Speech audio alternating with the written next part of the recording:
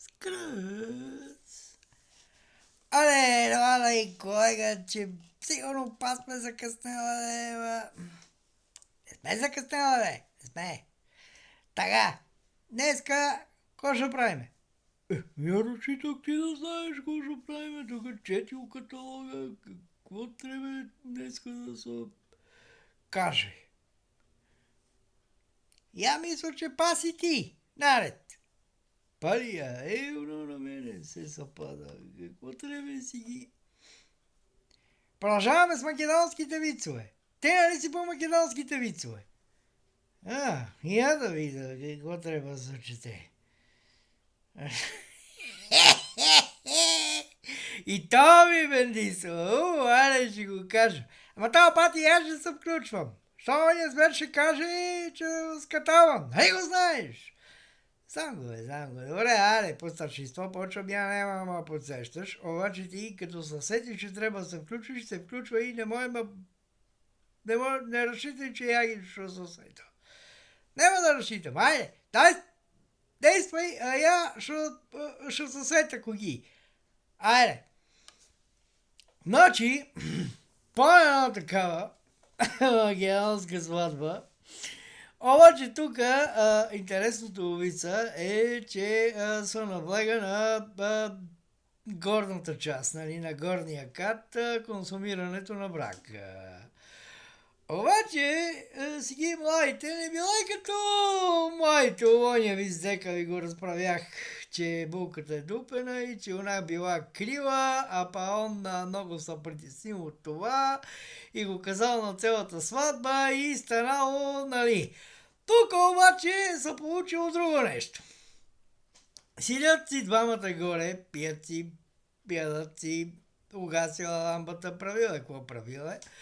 Както и да е, по едно време от тъмното, малко преди зазоряване, вълката се сетила и викала на мъжа си. Абе, знаеш какво? Се сетих. И он викал, не знам, какво се сетих?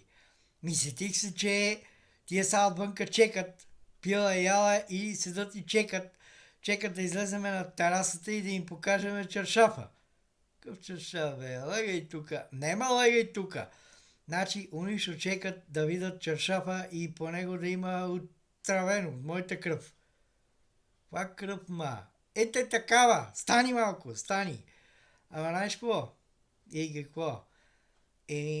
Не мога да има от моята кръв, що ние, нали, правиме секс. Правиме. На тебе не ти ли направи впечатление, че нямаше кръв? Луда, чекай малко, светнало младожене към лампата, гледал, викал, няма кръв и това какво значи са? Това значи, че не съм девствена. И какво правиме тогава? Какво правиме? Я като не съм девствена и като няма кръв по този чершаф, какво ще им покажеме?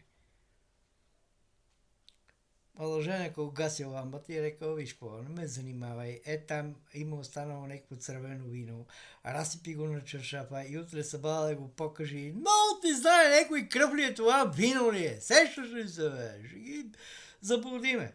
Ама на тебе, нали, ти не е много, че я не съм девствена. Бе, нищо ми не е, бе, аз знам, че не си девствена. Ти, боже, аз знам за тебе повече, отколко ти за себе си, бе, момиче. Айде, ме буди. Напреди, как ти казах, и не ме занимавай повече. И невестата, въодушевена и страшно впечатлена от тази негова идея, точно това е направила, но понеже той така недвусмислено угасил лампата, в смисъл, че не ми я пали повече, защото ми се спи, решила да го направи на тъмно това, дето той предложил. Фанала бутилка, там фанала, защото решила, че това е цървено вино и го е разсипала на чершафа. И се легнала до него да си доспи. И решила, утре се бала, като се съмне, излаза на терасата, показва им този чершаф и работата никак си требе.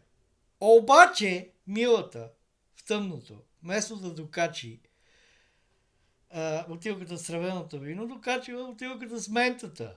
А ментата е зелена. И она разсипала на чершафа ментата. И като изкарала навънка, защото тя се събудила.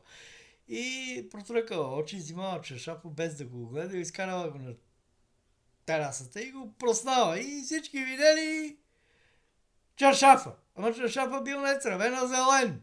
И отдолу тишина.